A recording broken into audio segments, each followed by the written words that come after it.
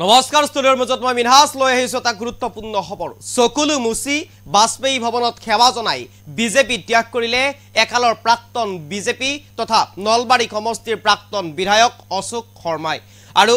বাজপেয়ী ভৱনত কালি চকুলু টুকি সেৱা জনাই পদত্যাগ পত্ৰ প্ৰেৰণ কৰিছে অশোক শৰ্মাই একালৰ জ্যেষ্ঠ বিজেপি নেতা আছিল অসমত বিজেপি প্ৰতিষ্ঠা কৰাৰ সময়ত তেওঁ গুৰুদায়িত্ব পালন কৰিছিল হেই বিজেপি নেতা আজি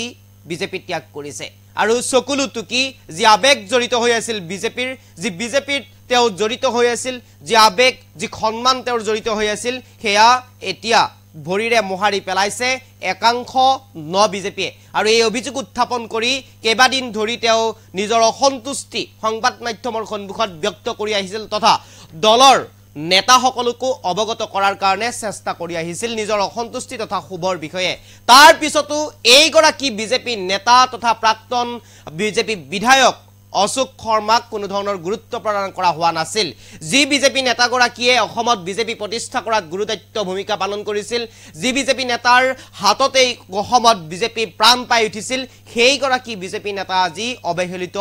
লাঞ্ছিত বঞ্চিত বাজপেয়ী ভৱনত চকুলু টুকি এনেদৰে ওলাই আহিব লগা হৈছে একালৰ বিজেপি নেতা গৰাকী আৰু এই মুহূৰ্তত লৈ আহিছো কবিশেষ খবৰ ইনিটক্সৰ দৰ্শকৰ বাবে লৈ আহিছে এটা গুৰুত্বপূৰ্ণ খবৰ চকুলু টুকি বাজপেয়ী ভৱনত সেৱা জনাই বিজেপি ত্যাগ কৰিলে অশোক শৰ্মাই প্ৰচণ্ড ক্ষোভ আৰু অশান্তি মনত লৈ দল এৰিলে প্ৰাক্তন বিধায়ক গৰাকীয়ে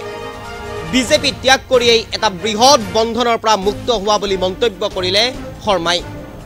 এইকেদিন যিমান পাৰো সিমান মুকলি মনৰে ঘূৰিম বুলি মন্তব্য কৰিলে অশোক শৰ্মাই দলৰ বেয়া দিনত নহয় দলৰ ভাল দিনত বিজেপি এৰা বুলি মন্তব্য অশোক শৰ্মাৰ বিজেপি মোৰ শত্ৰু নহয় বিজেপিত মোৰ কেইগৰাকীমান শত্ৰু আছে জন্ম নিদিলেও লালন পালন কৰা এই দলটোৰ কাৰণে বহুত কিবা কিবি কৰিলো আৰু এনেদৰে এতিয়া মন্তব্য কৰিছে প্ৰাক্তন বিজেপি নেতা তথা নলবাৰী সমষ্টিৰ বিধায়ক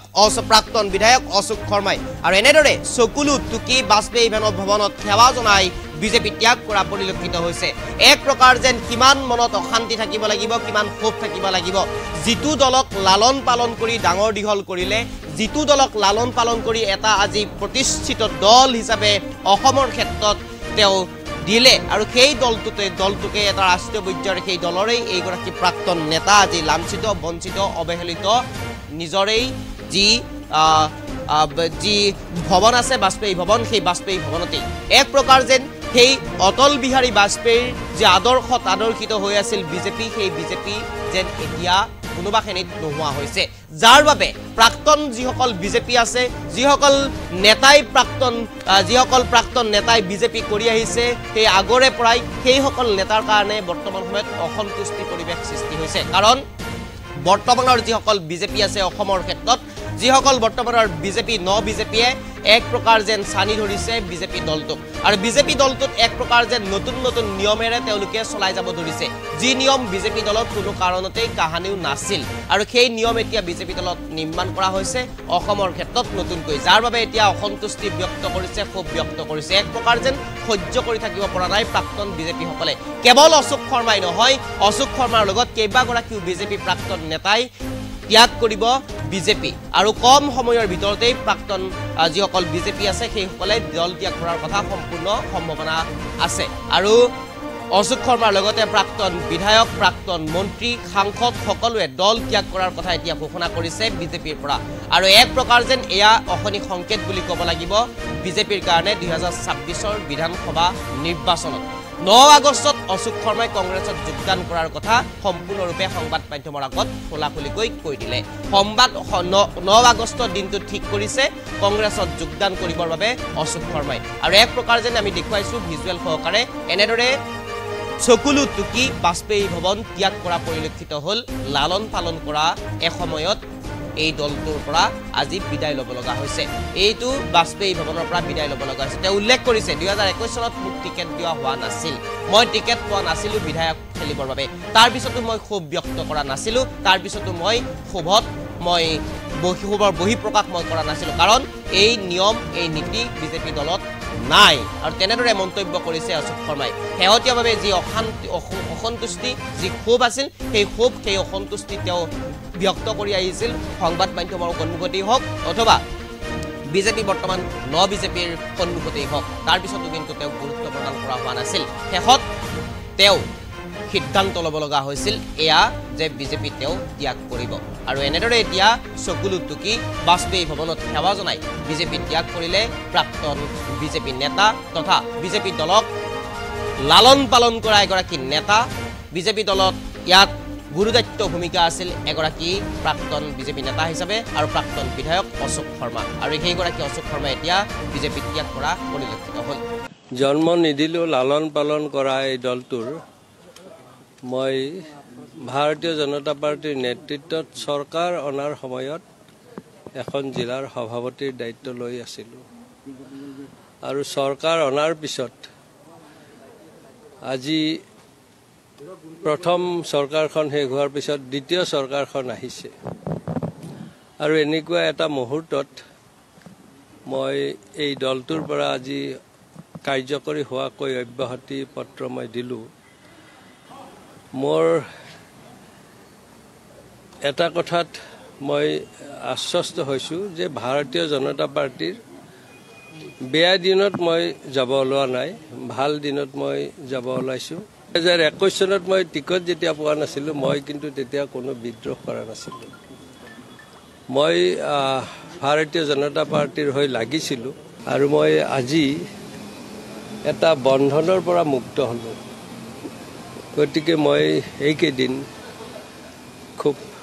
মুকলি মনেৰে ঘূৰিম হয় আপোনালোকে শুনা কথাটো সঁচাই কাৰণ মই যোৱাকালিও কৈছোঁ মই কংগ্ৰেছ দলত যোগদান কৰাৰ সম্ভাৱনাই সম্পূৰ্ণ হোৱাৰ পথত আৰু মই সেইকাৰণে 9 আগষ্ট দিনটো ঠিক কৰিছোঁ আপুনি কি মোৰ কেইগৰাকীমান শত্ৰু আছে বিজেপি মোৰ শত্ৰু নহয় বিজেপি হত্যা মোৰ অন্তৰত আছে মই যি পথেৰে আহিছোঁ সেই পথত মোৰ ল'ৰা ছোৱালীকো ৰাখিছোঁ কাৰণ মই যি ৰাস্তাৰে আহি এই পথ পাইছোঁ সেই পথটো কেতিয়াও ভুল নহয় কিন্তু আজিৰ তাৰিখত আমাৰ দলত কিছুমান এনেকুৱা নেতা সোমাইছে যিয়ে জ্যেষ্ঠজনক সন্মান কৰিব নাজানে বা বিজেপিৰ যি পঞ্চনিষ্ঠা সেই পঞ্চনিষ্ঠাক তেওঁলোকে অৱমাননা কৰি আহিছে তো মোক তেওঁ কৈছিল যে মোৰ বিশ্বাস তেওঁ বিজেপি এৰি নাযায় তেওঁ কেনেদৰে মোৰ ওপৰত বিশ্বাস কৰিব পাৰে যে তেওঁৰ সমষ্টিত মোৰ গাঁওখনত হোৱা সভাখনত তেওঁ নিমন্ত্ৰণ কৰিবলৈ তেওঁ সময় নাপালে তেওঁ মোৰ বাটেৰে অহা যোৱা কৰে গতিকে তেওঁ এবাৰ মোৰ এই উকমুকনি কথা মই যি অসন্তুষ্টিৰ কথা কৈ আছোঁ তাৰ কাৰণে তেওঁতো এবাৰ সোধা নাই গতিকে তেওঁৰ লগত বন্ধুত্ব মোৰ থাকিল কেনেদৰে বা পঞ্চনিষ্ঠাৰ কথা আহিল কেনে জন্ম নিদিলেও লালন পালন কৰা এই দলটোৰ মই ভাৰতীয় জনতা পাৰ্টিৰ নেতৃত্বত চৰকাৰ অনাৰ সময়ত এখন জিলাৰ সভাপতিৰ দায়িত্ব লৈ আছিলোঁ আৰু চৰকাৰ অনাৰ পিছত আজি প্ৰথম চৰকাৰখন শেষ হোৱাৰ পিছত দ্বিতীয় চৰকাৰখন আহিছে আৰু এনেকুৱা এটা মুহূৰ্তত মই এই দলটোৰ পৰা আজি কাৰ্যকৰী হোৱাকৈ অব্যাহতি পত্ৰ মই দিলোঁ মোৰ এটা কথাত মই আশ্বস্ত হৈছোঁ যে ভাৰতীয় জনতা পাৰ্টিৰ বেয়া দিনত মই যাব ওলোৱা নাই ভাল দিনত মই যাব ওলাইছোঁ 2021 চনত মই টিকট যেতিয়া পোৱা নাছিলোঁ মই কিন্তু তেতিয়া কোনো বিদ্ৰোহ কৰা নাছিলোঁ মই ভাৰতীয় জনতা পাৰ্টিৰ হৈ লাগিছিলোঁ আৰু মই আজি এটা বন্ধনৰ পৰা মুক্ত হ'লোঁ গতিকে মই এইকেইদিন খুব মুকলি মনেৰে ঘূৰিম হয় আপোনালোকে শুনা কথাটো সঁচাই কাৰণ মই যোৱাকালিও কৈছোঁ মই কংগ্ৰেছ দলত যোগদান কৰাৰ সম্ভাৱনাই সম্পূৰ্ণ হোৱাৰ পথত আৰু মই সেইকাৰণে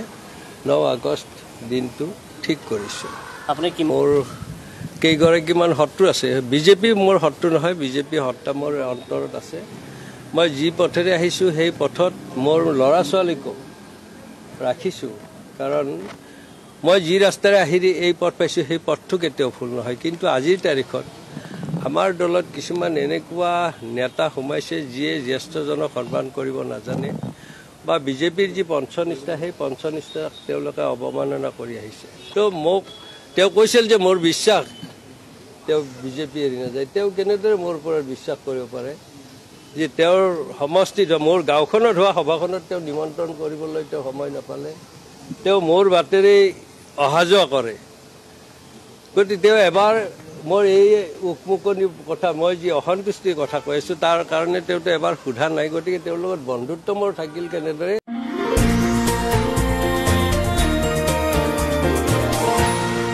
এনিটক্স, সোঁতৰ বিপৰীতে ৰাইজৰ স্বাৰ্থত।